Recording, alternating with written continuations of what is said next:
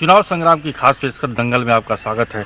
आज हम पहुंचे हैं देवरिया जिले की महर्ष अश्वत्थामा की तपोस्थली दिगेश्वरनाथ मंदिर पर, जहां हमारे साथ इस समय है यहाँ के जो मेन मुख्य महंत जगन्नाथ जी महाराज जी से जानते हैं कि आज के डेट में जो राजनीतिक हालात चल रहे हैं उसमें एक जोगी का मुख्यमंत्री बनना किस तरीके का समाज को मैसेज दे रहा है। जी महाराज जी बताएं।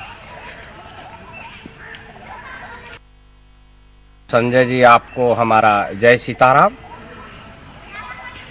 अब राजनीतिक विचार से अगर देखा जाए तो दुनिया में जो हलचल चल रही है, विश्व बिरादरी में जो व्यवस्थाएं मैं देख रहा हूं, उसके लिए हम ही भारत की जनता के लिए कि आप भी अपने आप को समझें और आप भी अपने जो है अंदर के जो वास्तविकता है, जैसे देख रहा हूँ कि हलचलें धार्मिक विशेष तरह तरह के जो बयान आ रहे हैं, तो हिंदुओं को भी अपने को समझने की आवश्यकता है। तो माननीय योगी आदित्यनाथ जी महाराज बहुत ही अच्छे और सुलझे हुए इंसान हैं।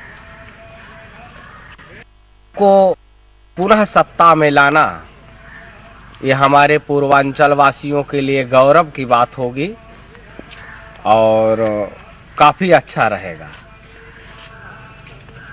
हम तो अनुरोध करेंगे पूरी भारत की जनमानस को कि आप अपने को समझिए और आने वाले भविष्य को भी थोड़ा देखिए कि हमारा भविष्य कैसा दिख रहा है। तो भविष्य को देखते हुए वर्तमान का निर्माण हम करें तो भारत की जो भी इस समय हालात है उसको देखते हुए योगी जी को पुनः सत्ता में लाना हम सब के लिए बहुत अच्छा रहेगा। महाराज जी, अक्सर ये देखा जाता है सनातन धर्म का तो हमेशा एक बहुत बड़ा महत्व रहा है। अक्सर ये देखा जाता है कि जब जब चुनाव आते हैं तब तब जात धर्म मजहब के नाम पर लोग एक दीवार खड़ा करते हैं। तो क्या आपको लग रहा है कि ये जाति धर्म का जो एक दीवार है इसको बीच में नहीं आना चाहिए, सबको सनातन धर्म का ही पालन करना चाहिए? नहीं संजय जी, अब हम बताना चाहेंगे कि आपको कि ये 21वीं सदी का भारत है। अब वो पुरानी बातें हो गई हैं। अब तो लोग अपना वर्तमान देख करके विचार निर्णय लेते हैं। और भारत की जनता समझदार हो चुकी है, पढ़ा लिखा इंसान है। ये लोग किसी के बहकावे में या जातिवाद में नहीं जाएगा और ये लोग विकास को वोट करेगा। जो अच्छा काम करेगा, राष्ट्र के हित में जो काम करेगा, वही जो है शासन करेगा, चाहे वो कोई भी पार्टी हो। राष्ट्र हमारे लिए सर्वोच्च है। राष्ट्र है तभी हम हैं, तभी आप हैं, तभी कोई अन्य पार्टी है। तो राष्ट्र की व्यवस्थाओं के साथ जो खिलवाड़ करेगा उसके लिए तो ठीक नहीं ही है। बाकी जातिवाद का कोई मुद्दा नहीं, सब विकास को वोट करेंगे। समझदार इंसान है आज का, अब कोई भी बटने वाला नहीं है। जोगी जी ने जो पूर्वांचल के लिए और उत्तर प्रदेश के लिए जो दे दिया वो सपने की बात थी। हमारे सामने ही आपको हम दिखाएंगे अपने कैमरामैन से कि थोड़ा सा हमारे पार्वती सरोवर पे नज़र मारे और इधर जोगी जी ने एक आवास दिया है, इसको भी थोड़ा सा दिखा दीजिए।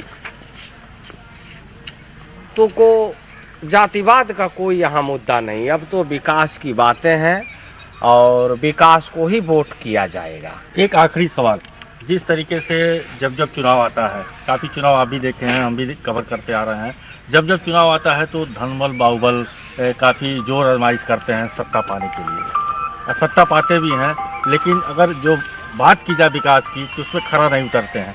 ऐसी स्थिति में किस तरीके का नेता होना चाहिए, किस तरीके का नुमाइंदा होना चाहिए, खास तौर से इस इलाके में? हम तो पूर्वांचल वासियों को जो है अनुरोध करेंगे कि आप लोग किसी भी धन बल और जो भी बल हो, बल को वोट नहीं। अब वो जमाना गए बल का प्रयोग करने वाला, अब तो बुद्धि का प्रयोग कीजिए। बुद्धि से अपना जो है निर्णय लीजिए कि हमको क्या करना है। हाँ, चुनाव के अवसर पे कुछ लोगों को बहकाने का प्रयास करते हैं, कुछ दे के, कुछ जो है खिला पिला के बहकाने की कोशिश करते हैं। तो हमारे क्षेत्र की बात रही तो हमारा पूर्वांचल अब बहकने वाला नहीं है, वास्तविकता समझ गया है कि हमको क्या करना है।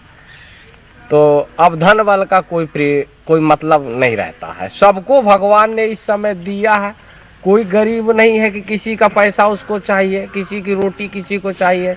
सब कमा रहे हैं, सब अपने बल पे खा रहे हैं। हाँ, चाहिए तो सुरक्षा चाहिए, स्वास्थ्य चाहिए, और कुछ हमको सरकार या किसी को कुछ नहीं चाहिए। कौन किसको रोटी दे देता है। हमारे पूर्वांचल वासी अब सक्षम हो चुके हैं और समझदार हो चुके हैं। अब किसी का जो है धन बल का कोई प्रभाव हमारे क्षेत्रवासियों पे नहीं पड़ेगा। ये थे असौस्तामा की तपोस्थली दिगेश्वरनाथ मंदिर के मुख्य महंत जगन्नाथ जी महाराज जी। इनका साफ तौर पे कहना है कि आने वाले 2022 के विधानसभा चुनाव में धन बल को जनता नकारेगी। संजय सिंह, सहारा समय, देवरिया।